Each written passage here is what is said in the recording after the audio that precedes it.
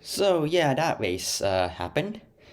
I think that was probably a better race than what most of us were expecting heading into this.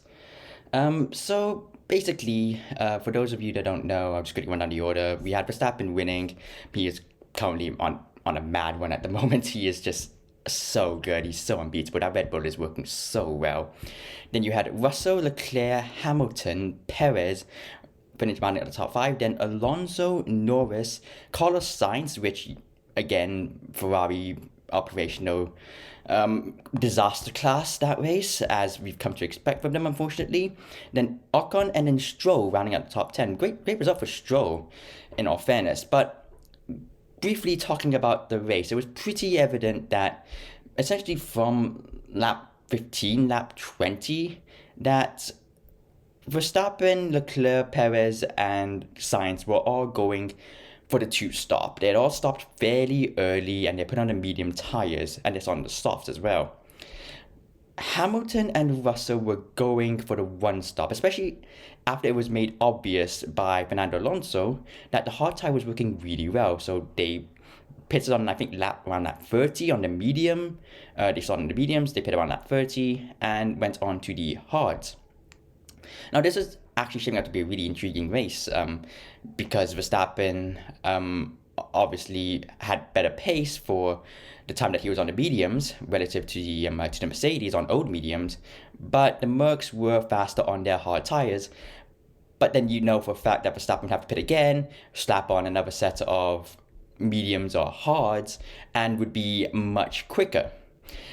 That all kind of changed after Yuki Tsunoda's shenanigans, and what happened there is interesting because okay, I don't think anyone can credibly claim to say that like, oh, this was some secret Alpha Tauri Red Bull alliance, kind of shenanigans going on down there. But just from an operational point, like say it was Aston Martin, for example, a team that has no connections to Red Bull apart from their car design. Like a car stops on track, the driver thinks the tires are not fitted correctly. Team says no, keep driving. So he drives back to the pits. They change tires, redo belts, and potentially check some other stuff as well. I'm not sure about that, but it makes sense to at least give the car at least a quick run over. Send them out again. Driver says that there's still something wrong and he stops on the side of the road. That's not great operationally, and for Mercedes that definitely wasn't great at all. So safety car comes out, or rather virtual safety car comes out. Verstappen pits, goes into hards. Russell and Hamilton go into mediums. And, essentially Max got this in the bag. He's got an 11-second gap and we know the Red Bull is a lot faster. Then Bottas stops on the main straight, which again, the Alfa Romeo's reliability has been absolutely killer and not in a good way this year. So Bottas stops on the straight. This brings out a full safety car, and Verstappen pits for softs and comes up behind Russell and Hamilton.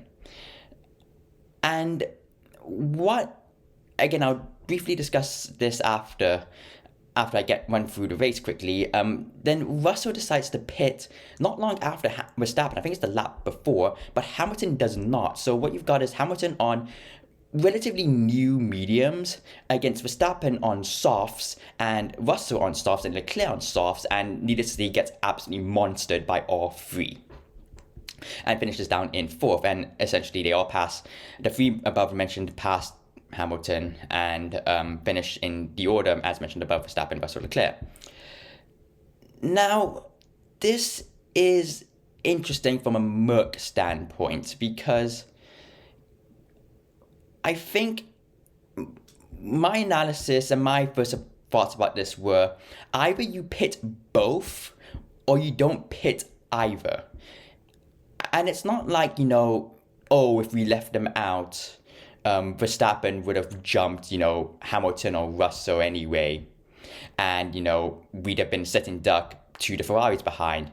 No, Verstappen had made his pit stop and had come up behind Russell and Hamilton, so they knew. And Mercedes have been quite clear that, this season has not been a good season, and they still want to get a win. Because of course they do. They're a racing team, they're a successful racing team, and they want to at least, show something for what has admittedly been pretty good car development over the season.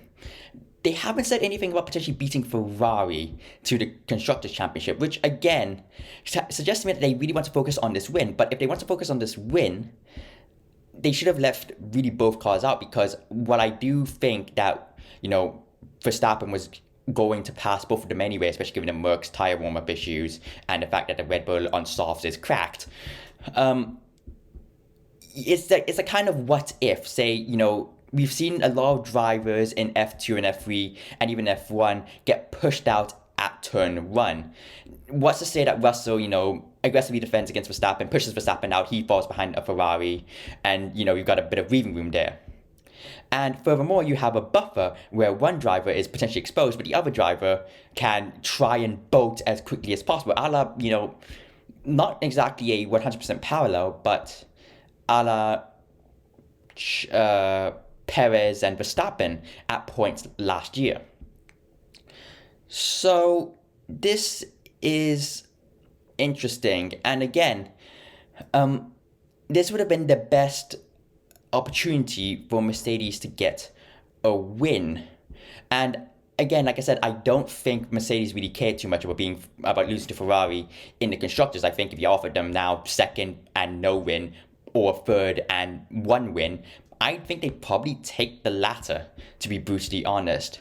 And again, Hamilton was very irate across the radio throughout the last couple of laps, and you kind of expect him to be.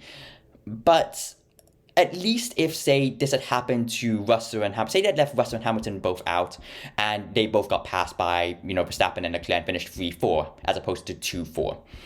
At least then, Merckx can say, okay, this has kind of backfired, but here's what we were thinking about. I really struggle to understand how they can justify what they did, especially to Hamilton. Because at least the former situation, they had a clear plan, and if it hadn't worked, then it doesn't work, but hey, we gave it a shot. This, I'm not sure what they were going for, to be brutally honest.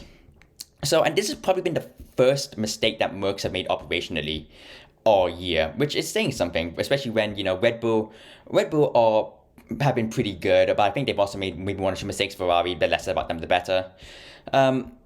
So, yeah, that's my overall thoughts on that kind of title. I don't want to say title, but like race win, that kind of stuff. Going through some other potential stories, again, hats off to Fernando Alonso and Esteban Ocon. I think that Alpine really is cementing themselves as best of the rest status. Again, Stroll as well, I touched upon it earlier, but to get 10th, he had some really good pace as well. This year was always this weekend was always constantly at the top, near the top of the timesheets on one lap pace. And again, just looking through the